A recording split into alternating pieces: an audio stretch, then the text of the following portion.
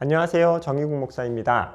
오늘은 신약 뼈대잡기 세 번째 시간으로 예수님의 탄생에 대해서 나누어 보려고 합니다. 예수님의 탄생. 우리가 이제 지도를 계속 그리면서 보고 있었죠. 오늘도 좀 지도를 좀 간단하게 그리면서 좀 작게 그리겠습니다. 이제 여기 이렇게 나누셨던 거 기억나시죠? 이렇게 나누셨던 걸 기억하시면서 좀 하셨으면 좋겠어요. 예루살렘, 그 밑에 여기가 베들레헴. 역사적인 사실을 토대로 먼저 큰 줄기부터 한번 잡아볼게요. 예수님이 베들레헴에서 탄생하셨어요. 탄생하셨는데 어디에서 누가 오죠? 동방에서부터 누가 와요? 동방 박사들이 와요. 그래서 모략과 향유와 이렇게 위향을 드리고 예수님의 탄생을 축하하기 위해서 오는데 중간에 만나는 사람이 있어요. 당시 여기에 왕이었던 헤롯이었습니다. 헤롯을 만나는데 헤롯이 동방 박사들에게 뭐라고 얘기하죠? 나도 그 왕을 찾아가서 경배하게 만나게 되면 자기에게도 알려달라고 얘기해요. 동방 박사들에게. 그런데 이제 동방 박사들을 만나고 얘기했을 때 천사들이 와서 헤롯에게 가지 말고 바로 본국으로 돌아가라 그러죠. 그리고 헤롯은 왕이 태어났다는 얘기를 들으니까 어떻게 돼요? 불안하니까 뭐 하는 거예요? 그 왕을 찾아서 죽이려고 하는데 이제 누구 어디 있는지 알지를 못하니까 뭐 하냐면 2살 미만의 아이들을 다 죽이라고 명령합니다. 그래서 곡소리가 나고 막 이렇게 되는데 그때 예수님은 여기에서 애굽으로, 이집트죠. 오늘날 말로 하면 이집트, 애굽으로 피난을 가십니다. 가셨다가 헤롯이 죽었다라는 얘기를 듣고 어디로 가요? 이제 이 갈릴리 바다 호수 아래에 있는 여기 서남 쪽에 있는 이쯤에 있는 나서렛이 아니라 나사렛으로 다시 돌아오시게 되는 내용이 마태복음 2장에 이렇게 좀 기술이 되어 있습니다. 그런데 제가 오늘 이 출생에서요 한 가지 꼭 이제 나누었으면 좋겠다 싶은 부분이 무엇인가 하면요, 우리 청년 중에 정확히 기억이 안 나요. 청년이었는데 20대 초반이었던 것 같아요. 근데 친구가 성경을 읽다가 이런 얘기를 하더라고요. 이거 2살 아이들이 너무 불쌍하다는 거예요. 그 친구의 얘기가 뭐였냐면 예수님이 탄생하지 않았으면 이 아이들 안 죽었을 거 아니냐 이 얘기를 하더라고요. 그런데 그러니까 이 친구는 이제 예수님의 탄생이 너무 거창하게 왔다. 왕으로 오시지 않고 그냥 어디 조용한 데서 나셔서 하셔도 되는데 왜 이렇게 됐냐? 근데 이제 말씀이 이루어지기 위해서인데 우리가 이 2살 아이가 죽은 것에 대해서 이게 사실 구약 성경의 예언이기도 하거든요. 그런데 이게 그럼 뭐 예언의 성취를 위해서냐? 그런 게 아니라 하나님이 이미 오래전에 헤롯이라는 사람이 태어날 걸 아시고 헤롯이라는 사람이 2살 나이의 사람을 다 죽일 것을 아시고 예언하셨다고 보는 게 정확한 것 같아요. 그리고 또 한 가지, 예수님의 탄생이 문제가 아니고요. 뭐가 문제예요? 헤롯 대왕의 악함이 문제인 것이죠. 오늘 이 내용을 좀 나누어 보려고 합니다.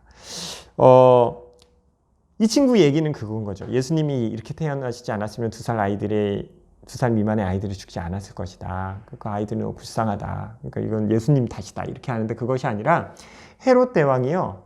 왕으로서 자기 백성을 지키는 자가 아니라 뭐 하는 거예요? 자기의 왕권을 지키는 데에만 급급했던 사람인 것을 보여주는 단편적인 예예요. 이 헤롯 대왕이 그리고 오늘을 살아가고 있는 우리의 모습이기도 한 것입니다.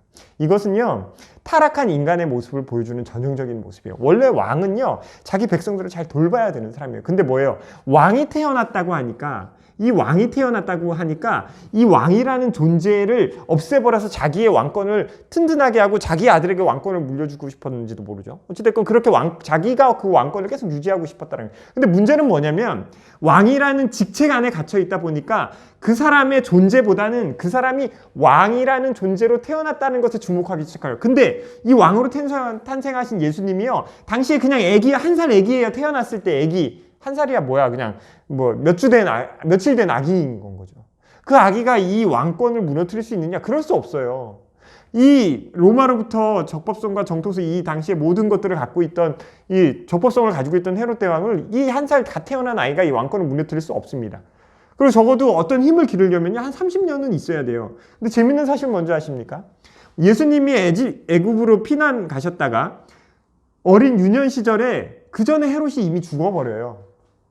그러니까 뭐냐면 자기가 영원히 살 줄 알고 오래 살 줄 알고 자기에게 밥그릇 지키기 위해서 왕권을 지키기 위해서 그것들을 쥐어잡기 위해서 2살 아이들을 죽인 이 악한 헤롯 대왕의 모습을요 성경이 여실히 보여주고 있는 장면인 것이지 예수님의 탄생으로 인하여서 그런 슬픈 일이 있었다라고 보기에 어렵다라는 것을 우리가 꼭 기억해야 합니다. 그리고 우리도 여전히 예수 그리스도를 벗어나고 하나님을 벗어나면 우리 밥그릇만 지키기에 급급한 헤롯과 같은 사람이 될 수 있다는 것을요 우리가 꼭 기억했으면 좋겠습니다. 예수님의 이야기는 탄생의 이야기는 저희가 크리스마스 때 많이 하잖아요. 동방박사 이야기도 하고 뭐 이렇게 막 여러 가지 이야기를 하는데요. 우리가 이 헤롯의 악한 모습을 보는 것과 또 한 가지 우리가 봐야 될 것이 있는데 남들은 잘 주목하지 않는 부분이에요. 우리가 이제 잘 주목하지 않는 부분인데 예수님의 탄생에서 제가 좀 이제 자주 거론하는 부분이 있어요. 그게 뭐냐면요. 구유예요. 구유. 예수님이 하나님의 아들이신데 태어나셔서 어디요? 말 구유에 누우신다 그러죠. 그러니까 이제 말이나 뭐 나귀들이 이렇게 먹이를 먹는 그 말통이에요. 그 구유에 나셨어요. 그러니까 이게 얼마나 가슴 아픈 일이에요. 그렇죠? 인간들의 죄를 사하시고 백성들과 함께 하시기 위해서 임마누엘의 하나님, 하나님께서 함께 하신다는 그 예수 그리스도 기름 부은 자로 그 백성들을 구원하기 위해서 오신 예수님이 곳간에서 말구유에 나십니다. 그런데요, 우리가요 이 구유에만 집착할 게 아니라 사실은 더 주목해야 될 것이 있는데 뭐냐면 이 구유보다 더 더러운 우리 마음 안에 예수님이 지금도 살아계시다라는 것입니다.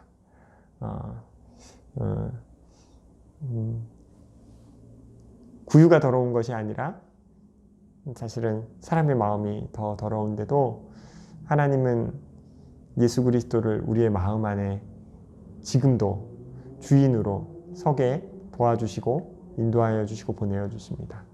예수 그리스도를 믿음으로 말미암아 내 안에 주인이 예수 그리스도가 되신다면 우리가 그 예수 그리스도의 은혜를 누릴 수 있죠. 그래서 우리가 감사해야 될 것은요.